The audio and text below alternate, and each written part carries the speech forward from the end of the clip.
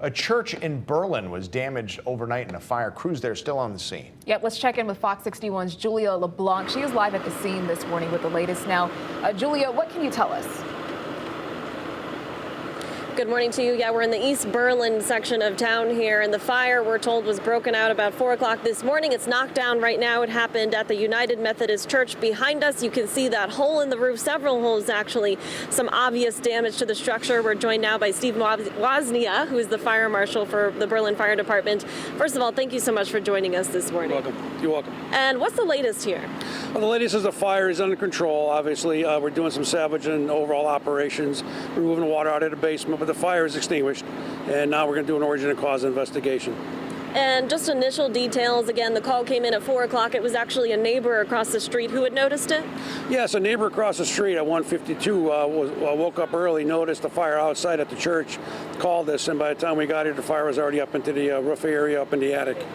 And was there anything getting in the way of fighting this fire, weather, anything else? There's a heavy rain, but other than that, there was no lightning, no thunder in the area, and the temperature was okay. And what can you tell us? I know this is the beginning of the investigation stages here. What can you tell us just about the structure itself? Looking at it, we can see it's compromised. Do you know anything about internal damage? We have not got inside yet, but the reports are that there are some compromised structural elements up in the attic. The church was built like in the late 1890s, so there's a lot of unprotected wood. So we're going to go inside shortly, take a look around, see if we can find out and determine what the origin and cause of the fire was. And really important here, we do want to mention no injuries, right? It was vacant at the time. Yep, it was unoccupied. It was secured and unoccupied, and there was no injuries of firefighters. So what's happening right now? I see we're sending some crews home. Obviously, it was a pretty big response here. Yeah, yes, we had all the town fire departments, all companies responded. Also, Task Force 51, which is surrounding towns, and Task Force 54 from the Farmington Valley covered our town for other responses.